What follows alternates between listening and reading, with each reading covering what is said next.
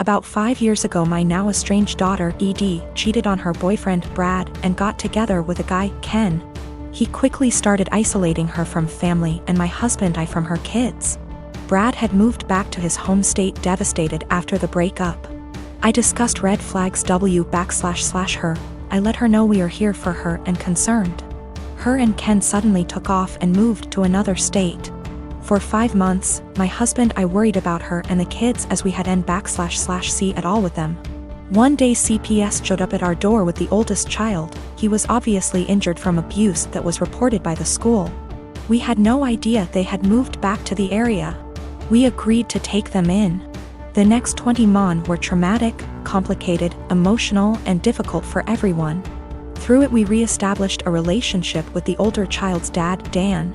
Daughter failed to comply with her plan and remained with Ken. Dan worked hard to get custody of his child and he gave Ed scheduled weekly phone calls. She called oldest child 2x nothing since. We agreed to permanent custody of youngest. In the process, I put aside the hurt Ed caused and agreed to scheduled weekly phone calls and supervised visits in person when schedules allowed. Legally, any or no contact is at my sole discretion. Ken was not allowed to interfere //attend. Ed quit calling //scheduling visits after 3 months. I reset the call schedule to 1 month. No calls. 6 months later she calls and wanted me to drop everything for a visit the following day. I couldn't because I had to go back to work. Calls stopped again. She left Ken, has a new BF. I know nothing else about her life / whereabouts. She started calling again about a year ago and I let her know that if she was consistent with her monthly scheduled calls, we would move towards weekly calls again. She called 2 months in a row, skipped a couple months, then called 2 more months in a row. Last one happened to be night before child's birthday. She asked him what he wanted for his birthday. He said a call from her. The next day, as he blew out candles, he said, "My mom is gonna call now." He had the biggest smile on his face. Call never came. He refused my offer to call her. We survived an emotional meltdown. Next month, no call, just a text after with a lame timing excuse as to why and sorry about the birthday call, she didn't feel well. Following month, I get a text that Ed feels ill again, won't be calling. I am beyond frustrated at this point. I have looked past her refusal to rebuild a relationship with us, but when it comes to the kids my heart aches for them. Hey race where I might be the I responded, parents do not get sick time. We all had COVID recently, including me, and I still took care of the children. If you do not have any time for him once a month, I don't want my time wasted with your excuses. Of course, calls stopped again. Usually for Thanksgiving, we head out to go see family. Someone else always hosts. We typically help sponsor the host by paying for cleanup, etc. Our home is just too small to host the 30+ folks who typically show up through the day. This year that's obviously not happening.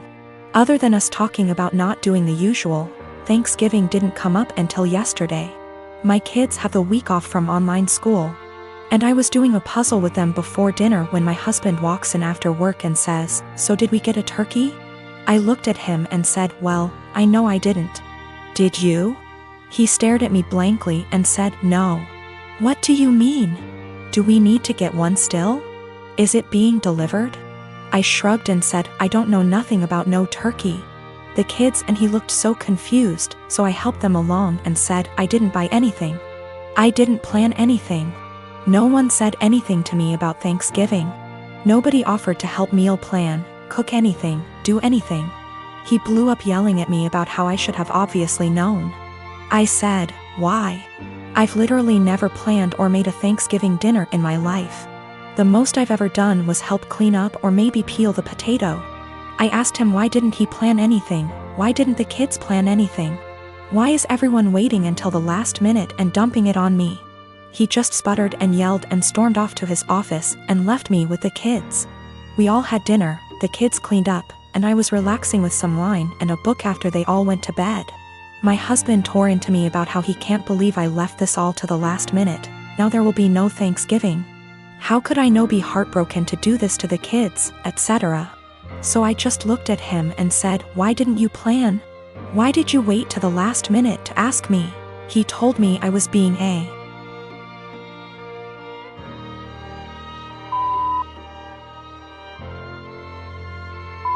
for no reason and stomped off to go sleep in his office. He left without saying a word this morning. I followed up with my kids and asked them if they wanted Thanksgiving. They said they didn't care because the food isn't that good most of the time anyway.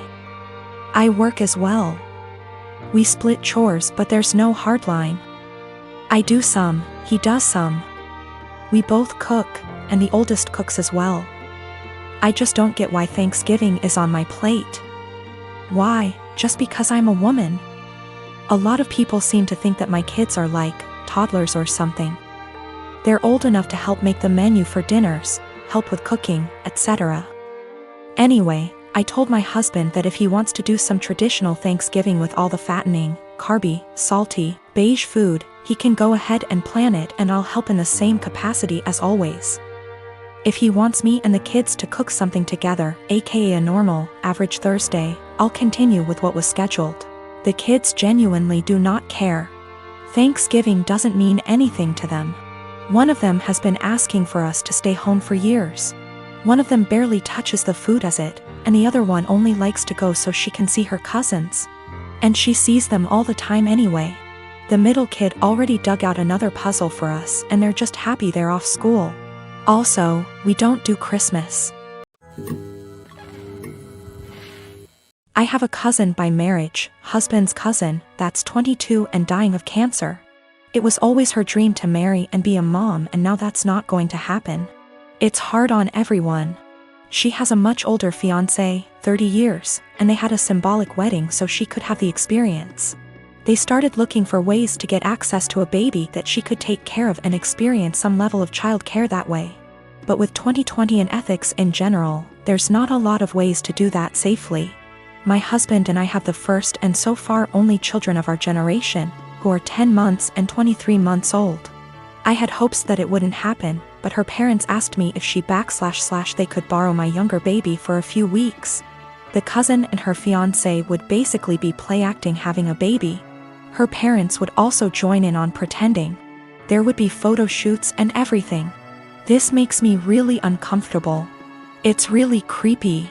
I cannot understate how creepy I think this is. I know that her not getting to live her dreams is sad, but I don't think this is the answer. I'm worried it will be traumatic for my baby. She's almost a year old and will, well, notice that her entire family will just vanish overnight for what will seem like forever. She's also still nursing, and they don't really seem to care about this factor. I'm really worried about problems down the road. This is setting a dangerous precedent of my child living under other guardianship. Her parents will have time to get attached and they could try to use that for familial pressure if not legally. Her fiancé is also a wild card in that regard. I said no, and my husband's entire family is hounding us about this because her time is running out and it's time sensitive. They say we're being selfish.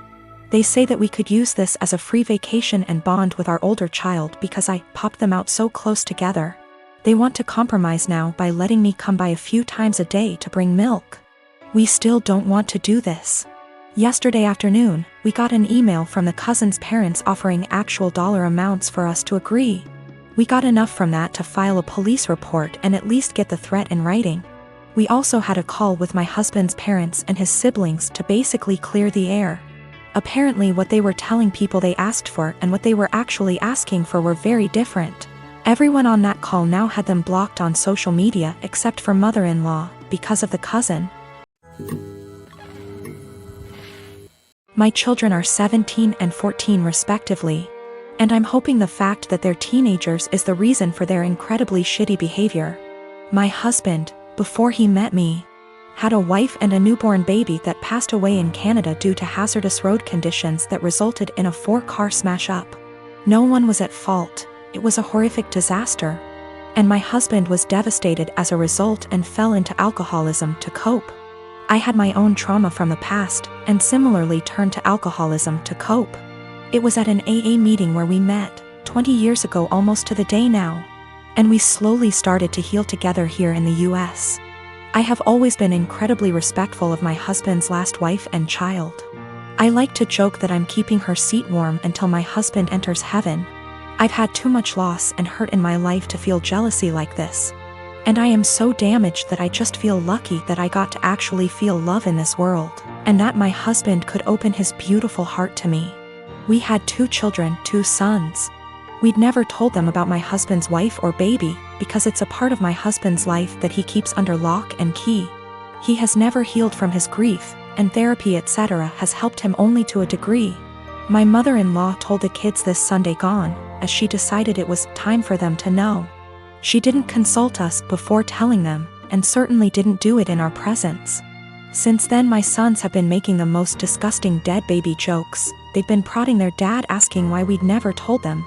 And instead of approaching the topic with respect, they're acting like we've kept a secret affair family from them or something. My 14Y//0 went on to say to me in private, thank goodness, not in front of his father, that he was glad my husband's previous family was dead.